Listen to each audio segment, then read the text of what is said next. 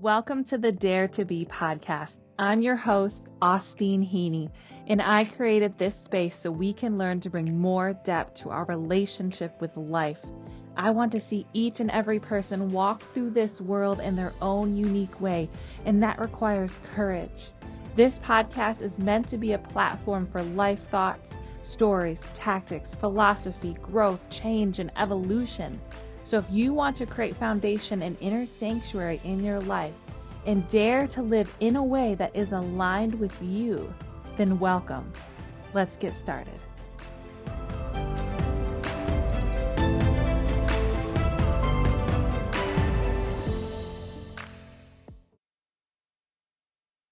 Okay, welcome back to the Dare to Be podcast. I'm your host, Austeen. I want to thank you so much for the new reviews, the new 5-star reviews. So I recorded this podcast already and there was an interruption in the mic like 7 minutes in and I didn't catch it and I did the whole thing. And so here we are. I'm going to try again.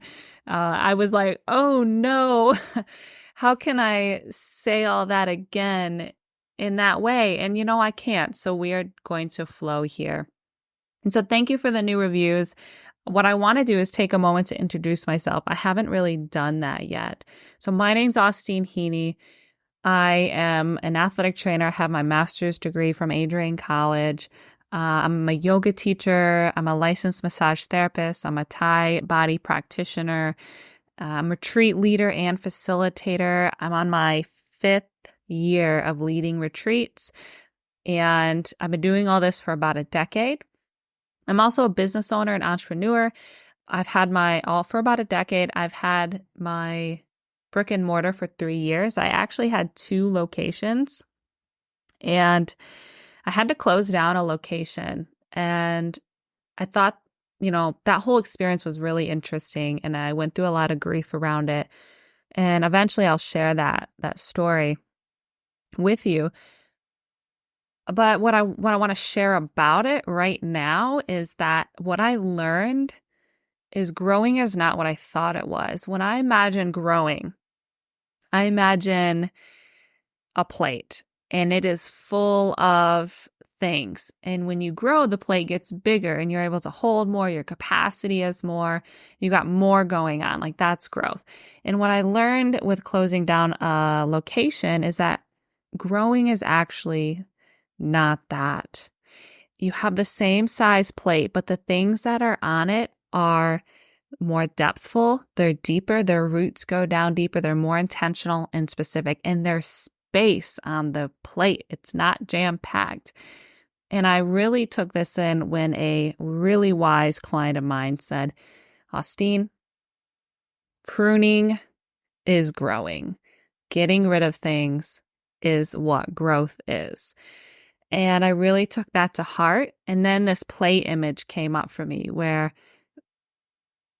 it's not about how much you have on the plate. That's not growth, but it's about the intentionality and the purposefulness of the things that you actually put on your plate. And your plate represents like what you do in your life and the capacity and the energy you put towards things.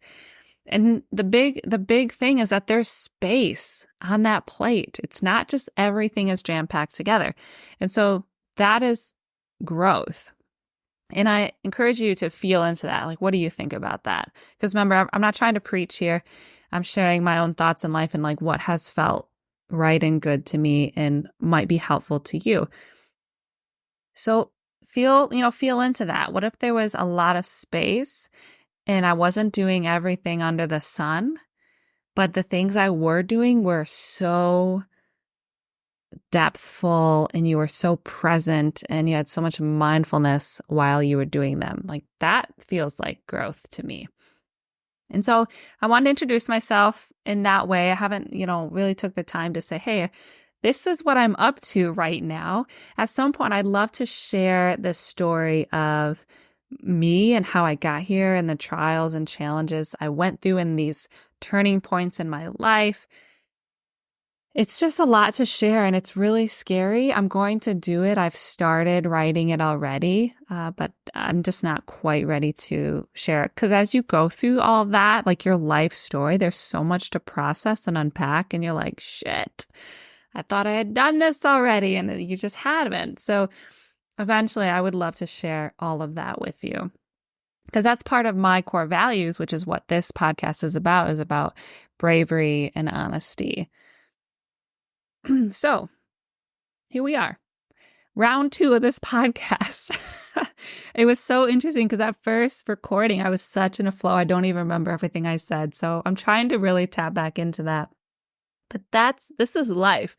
Like, you're promised every experience. It's not all going to be great. And so here I am having this experience that trying to mimic and create what I just did. And it's not going to happen. It's not going to happen. And so I can just imagine someone who just created something, a story or a written piece or a painting, and something happens to it, or the computer shuts down and doesn't save the writing. And then here they are, it's lost. And what I'm working on currently in this very moment is letting that be. And letting this now podcast that maybe you're actually meant to hear be what it's supposed to be. Which is hard. I'm not going to lie. One other thing I wanted to share before we get into the bulk of this podcast is this idea of love. Love has been coming up for me. And if you just eye rolled, I'm totally with you on that. I used to eye roll all the time about love is the answer. Like, love is the solution. Love is all there is. And, you can only love yourself as much, you can only love others as much as you love yourself. And few years ago, I could not see that. And what I'm at the end of is processing what love is to me and how it shows up. And how it shows up for my own self. And how it feels in my body. And what I have found, and what kind of started this idea and thought about love and how I relate to it, is I craved to care and love for people on a deeper level than I actually was. I was like, I don't get it. Why can't I feel more? What is this unconditional love? Like, I'm keeping the score. I'm putting conditions on whether or not they receive my love. Like, how can I move past this? Because people are telling me there's something else on the other side. And so I began this journey of love. And I want to share that it's fucking true. God damn it, it's true that love is like everything. And it's bottomless, it's limitless. And obviously I'm not done with the journey of it because there's no end. It's limitless, this journey. But what I have felt is once I created a space and got to know what love is like for self, the deeper I was able to love myself, the more and deeper I could love others. It 100% was true. And I was really mad about it for a moment. I was like, oh, they were true. They were right. And it's true. They were right all along. And I'm really excited to share that it's happening, especially this last weekend at Divine Pine Gathering. I have not put conditions on love as often, right? Because we still do, as I used to. And it feels so all-consuming in a good way, because there's lots of different types of love, right? There's a song called How to Love. I can't remember who the artist is, but it's really great. And it shares like there's all these different kinds of love.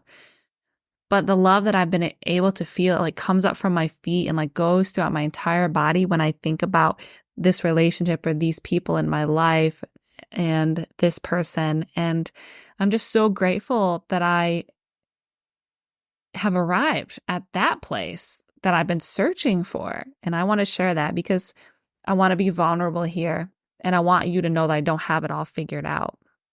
And no one has it all figured out. One thing I used to do is I would put my mentors on pedestals, and then I'd be pissed when they didn't live up to the expectations I had for them. Like, what is that, right? So when you think about love and you think about perfection and you think about these people that you put on pedestals because you have such love for them and you think they're perfect. That was the first step, was getting people off pedestals for me. And letting myself step off a pedestal. There's no perfection in this world. If you're perfect, then you're not living life, right? Life is messy and you're guaranteed all, just like I said, every experience that life has to offer. And they're not all great, friends, right? We know that they're not all great. So I wanted to share that with you. Take what you need, leave the rest. But love is happening for me on deeper levels and I'm pumped about it. So I want to share in my excitement. Okay, on to the bulk of this podcast now, for real. I'm checking to make sure my recording is still going. Core values. Do you have them? Why are they important? And how does having core values help you live a daring life? Like, how does it help you be daring? Well, the first question is, do you have core values? Like, do you remember writing some down? I feel like we had to do this in high school or even middle school. Like, we had to think about our core values. And I have no idea what they were. I cannot recall what I would ever write down. But what I've been doing this last few years is, the last few years ago, I started really to get to know my core values, and even on a deeper level the last year and a half. And now I regularly revisit them. But do you have them? And are they written somewhere? And you should definitely go check them out if you do. I always kind of knew before I started this core value work what I valued in life. But until I sat down and really unearthed what my beliefs and values were, they never actually had a stake in my life. I didn't actually use them to guide my actions until I named them. And not just name them, but define them. Like, I could say honesty is one of my core values, but what the fuck does that mean to you? Like, what does honesty mean to you? Does it mean being honest with yourself? Does it mean being honest 70% of the time? Does it mean being honest in your actions, in your feelings, in your facial expressions? Because we all have those masks that we wear in society with our facial expressions. Try to keep that smile on, right? So, like, what does honesty mean to you and how does it really show up? So that's the important work with your core values. Is it's not just can you name them, but can you define them and how do you relate to them? That's where the important work is going to be. And those are going to be the bumpers and the train tracks that you drive your life upon. Like, they are foundational. And when I did not have core values, they weren't included in decisions. They weren't things that I relied on as a foundation. I didn't build a life upon these values because they didn't exist. And they weren't named and defined.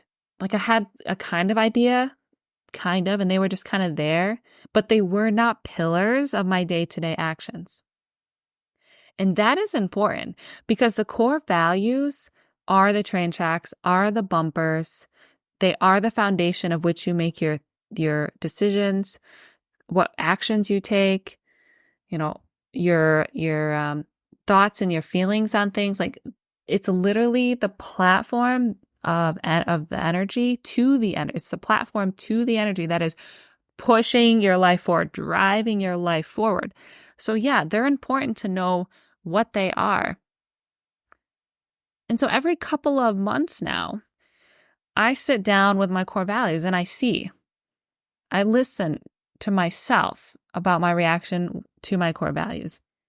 Do I still resonate with them? Do they still feel good? Is this still how I want to live my life? Because they are going to lead you and guide your life in a certain direction. And that is important. I think it's important to be purposeful with your life in that way. And so one thing that I suggest looking at is your core values have a certain kind of direction and energy towards them. So you have your core values over here, starting point, let's say. You can imagine a train track. And then where you want to end up is like on the other side of the train track or at, the destination, quote unquote, the arrival point, even though there's really no place to arrive to. But for this sake, the arrival point, your dreams, your plans, your goals. Sometimes the core values and where you actually want to end up don't align.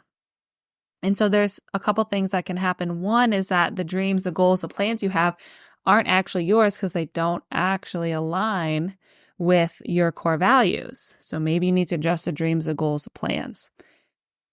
Another thing is that maybe you need to look deeper into your core values. And if you change them to fit your plans, your dreams, your goals, does that still feel good? Does that feel good? And so just taking that time, as I've said before, this whole thing, doing your life on purpose, daring to be, going after what you really want in life, requires you to spend time with yourself and on yourself, and not just, getting your nails done and getting massages, which are all so important, but just spending raw time with yourself with no distractions, which is really hard. So take a look. Like, I have my beliefs. I sat down with them, my core values. Here they are. This is where I want to go. Do they align? And then are there adjustments that need to be made to either end to make them align? And how does that feel? Right? Because your core values are going to take you in a certain direction based on what you decide for them.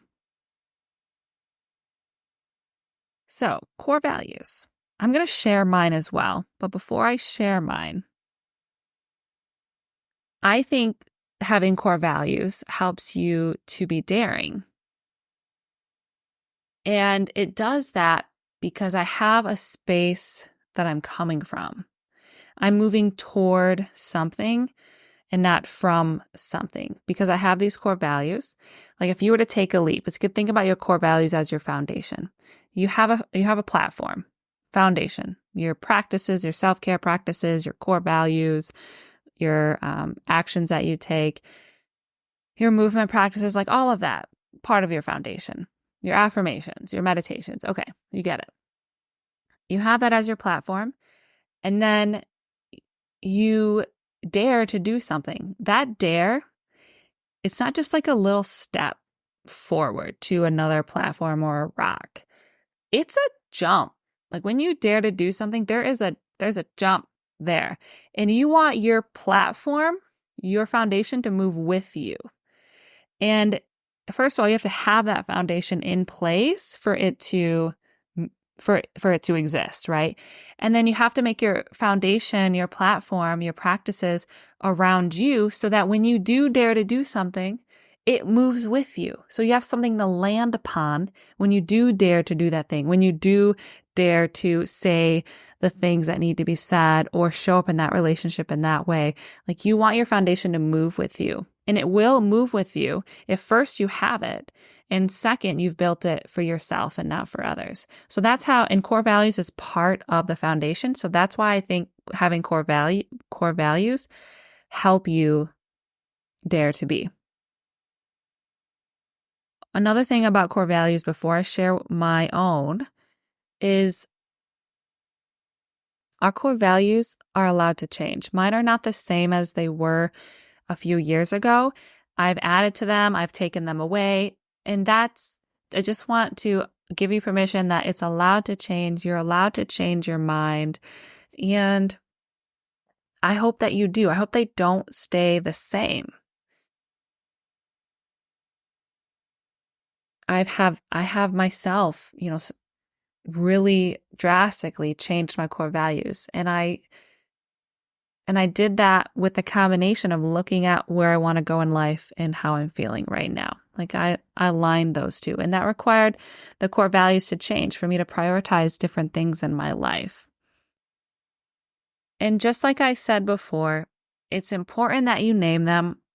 It's important that you know they're allowed to change, but it's most important that you know them and you can define them for yourself and how you relate to them, which is where the big work comes into place. I think getting clarity on your core values is the first step to creating the life that you want. If you don't have that foundation, or you don't have a direction your intention, your energy, your actions, your thoughts are really going in, then you're not going to be moving forward to where you want to go. And if you don't have core values in place that you yourself have taken the time to define, you might be building a life based upon others' ideas and belief that's not yours. Our core values don't have to be the same as everyone else's. They should be different. We are different people. We have different geniuses. We are on different paths, and we live and move differently through the world. So, yes, your core values need to be different than mine, but I'm going to share mine because it might be inspiring. And I encourage you to go around and talk to others. What are their core values? It might inspire you to then create your own core value list. And that's important because we want to live our life upon ourselves and our own thoughts, not in beliefs, not on others' thoughts and beliefs. Just like I said at the other podcast, if you are not the king of your mountain, someone else is. If you're not the captain of your ship, someone else is. If you're not the author of your own story, someone else is. And having core values allows you to be the captain, allows you to be the king and queen, allows you to be the author of your life. And so having core values is a foundational practice for me. Okay, my core values. Here we go. My core values are self-stewardship, which self-stewardship means to me that I'm in charge of stewarding and taking care of this house, this temple that is my body, my mind, and my heart, and my spirit. It is no one else's job to take care of that for me. That doesn't mean I can't lean on people, but I know the difference of when I need to take care of myself and when I need to ask for help. I can discern between the two. That's part of that self-stewardship. Another one for me is soul-centered service. And that means that the things I do, the ways I provide services and show up in the world are soul-centered, which means they are easy for me. They use the genius that I have already, and I love doing. I get a lot out of doing them. Like, that's how I want to be of service in the world, is soul-centered. And so whenever I teach a yoga class or lead a retreat or do a massage and bodywork session, it is coming from that soul-centered core value. I've chosen it because it is soul-centered for me. Third one is integrity. At the end of the day, I need to be able to look at myself in the eyes, no matter who's around. If it's just me, my actions and what I do and my thoughts don't change. Like, I want to live in an honest relationship with myself, and that requires integrity, and that requires me to look at myself at the end of the day and know that I lived that way. And it doesn't mean if I did mess up, that doesn't mean I have shame around it. It means that I'm with myself no matter what ended up happening, because decisions happen so fast, right? In a split second, we've made a decision. And having these core values top of mind around you, because I used to have a whiteboard in my room with them on. I've had to use it recently, so I need to put them back on there, which I'm going to do that today. And I also have them written in my planner, like they are top of mind. So when that decision does come, my core values are already up there and they have a better chance of being involved in the decision I make, which is why I want to live in integrity, because I want to live alongside these core values, because I want to get to where I want to be. And how I get there, how I get to my dream, my plans, it matters. It matters. Okay, another core value I have is sovereignty, which just means I'm sovereign over myself. I'm in charge of my decisions. I'm in control of a lot of different things in my life, and not control over others, but just myself. And sovereignty reminds me, especially when I get into victim mode and blame mode, that no, girl, like, you made some decisions. You had a role in that as well. And so it reminds me of that. And it also reminds me and gives me permission to say and make choices, say no and make choices that get me out of situations I don't want to be in. I'm sovereign. I can make choices for myself. Okay, bravery is my next one. And for me, it's so ingrained in me to not be at the end of my life, to be on my deathbed and have regrets, to wish I would have done something, to wish I had the courage to be uncomfortable and go after the thing, or say the thing, or hug the person, or tell the person this, or go try this and be bad at it. And that all those leaps require bravery. And so bravery is a staple core value for me, because I do not want to be at the end of my deathbed wishing I had lived my life a different way. And most of the time, the way in which I know my deathbed self would want me to live, it requires some bravery and requires courage too, which is roped up in there for me. So bravery is a core value for me because I just can't. I do not want to have regrets at the end of my life. And there will be some, right? Because we can't have that perfection piece in life. But as many as I can, I want to eliminate. I want to go for it. And I'm going to have to lean on bravery a lot. Okay, I have 2 more. The next one is reinvention. I believe we should change all the time. We should change because we're experiencing. And if we're not experiencing and we're not moving around, then we're stagnant. And stagnant things wilt and die faster than things that have energy and are moving around. So reinvention reminds me to keep experiencing, to keep trying new things, and to let those things form you and decide for myself, like, what is this next piece for me? I just experienced this. What do I want to take away from it? And how do I want to integrate it into my being now? And that's going to change me. And I think that we should be reinventing all the time, because as soon as we stop, we get stagnant. And we know that motion is lotion, movement is medicine, and the same with just our life in general. That doesn't mean you always keep moving forever and forever and stay busy, busy, busy. That's not what I'm saying here. I'm saying that it's important because you can stay busy in the stagnant, like doing the same thing over and over again. What I'm saying is in reinvention is not being busy, first of all, but trying new things all the time and not doing the same old thing over and over again. And then the last core value I have is honesty. And it's a little bit of a newer one for me. It's radical honesty. It's being really honest with myself. Like, I've had a couple of moments where I'm like, yeah, I have had this situation that I have been blaming someone else for. And I had a role in it. I wanted it, and I wanted it because of this. And it's okay that I did. And it's icky and it's cringe. But as a new friend shared with me, if we don't have cringe moments, that means we're not aware. And if we're not aware, we're not growing and changing. So if you have cringe moments, like, good on you. So it was a cringe moment for me. But until I got honest with myself, like, yeah, you had a role in that. And yeah, it's kind of fucked up. It's real fucked up, but it's okay. It's okay because you're honest with yourself and you see yourself, and here we go. How do we move forward from this? And so radical honesty with self has been a really important core value to me. It's my newest one. And then honesty with my friends and my family, of course. And not sharing every single thing that's happening in my mind, body, and spirit. But when I'm talking and conversing with someone, being honest with, not trying to manipulate them, right? Being honest with my words, with my facial expressions, and with my thoughts and with my feelings. But also not sharing unprocessed shit all the time. Not just like garbage dumping on people, but taking the time to be honest with myself first so that I can come to them in a real like clarity and honest space and way. So that's honesty for me. So those are my core values. And these things direct my decisions and how I react with people.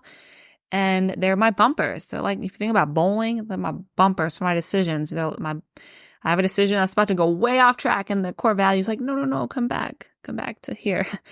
Stay in your lane, get in your lane. And so that's what these do for me. And I can't thank them enough. I revisit them often, and I hope that you do too.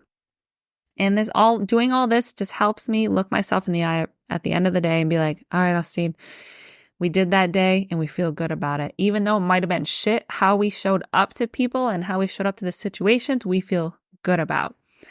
Okay, I want to share with you a few things from the control list from Aisha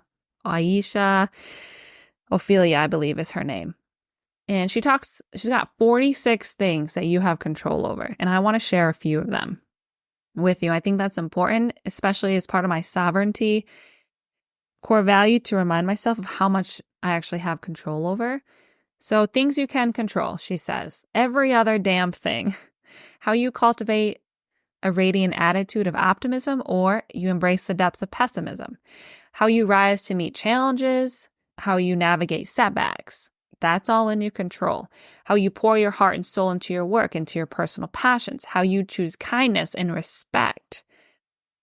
and how you treat others, how you craft your daily habits and your routines that nourish your spirit, the words that you weave into conversation, the tone of your voice, the encouragement and support you gift to yourself and those around you, the beliefs that you nurture and the mindsets you cultivate, how you direct your mental energy, how you focus towards, what you focus towards. All of that is in your control. The goal setting, the pursuing of your goals that align with your deepest desires, that's in your control. Your actionable plans that you create, the way you adjust your goals and your journey, what you prioritize, right? What you embrace, the knowledge that you seek and the skills that you seek, the opportunities you embrace, the things that you learn from, the mistakes that you learn from, the spaces that you create, the people you surround yourself with, the boundaries you set. It goes on, okay?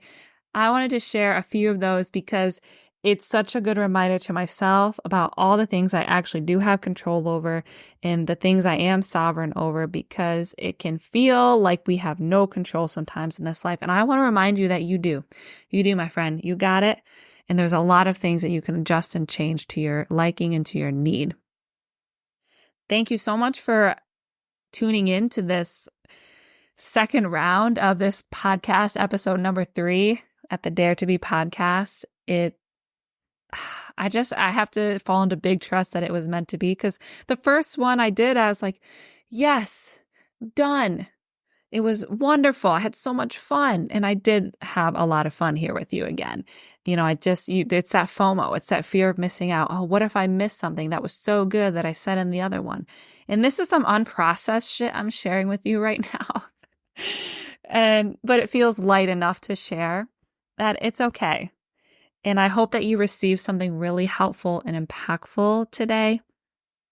There are a few more things I would like to share with you.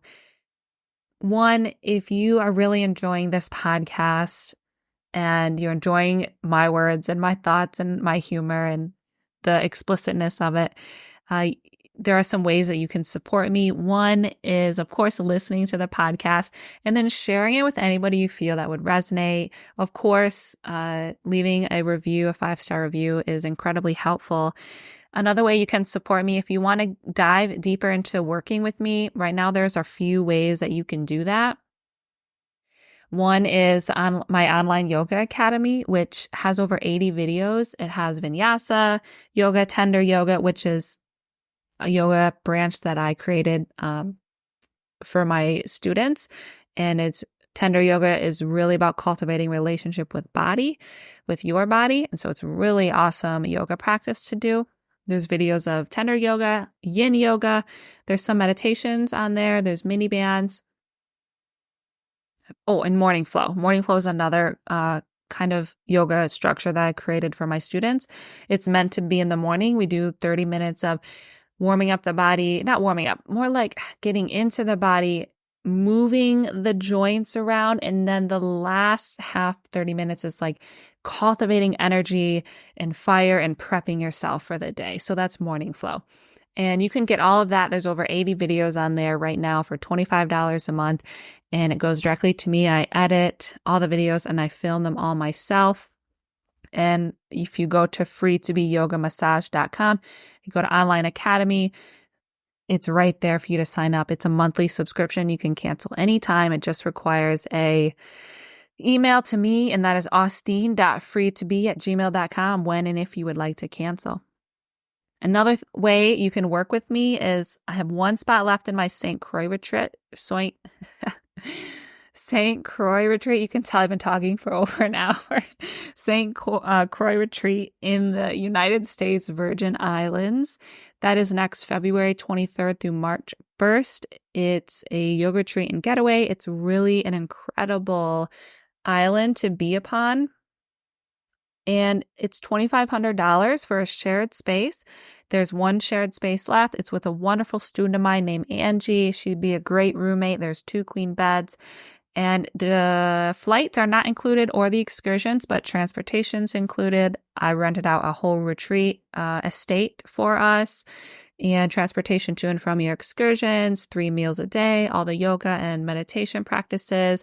Of course, guiding you through the island and the space holding and facilitating that retreats bring, especially in an island location. All of that is included. And I would absolutely be honored to host one of you listening to this. So St. Croix trip, it's on freetobeyogaMassage.com as well. You can also check out my website, AusteenHeaney.com. Okay, I think that's it. Here we are to round 2s and letting round 2s be exactly what they need to be, right? That's where we're at today. I will see you in a couple weeks for the next podcast. Much love to you. And I would love it if you shared your core values with me. Email me, austeen.freetobe@gmail.com. Be like, hey girl, I know my core values, or I know them now, or, this is what I'm thinking. Like, I would love to hear and see all of those. Okay. All right. Officially signing off. I'll see you guys next time. Thank you so much for joining me today, my friends. If you found value in this podcast or it made you smile, please consider leaving a 5-star review and subscribing on whichever platform you're listening on.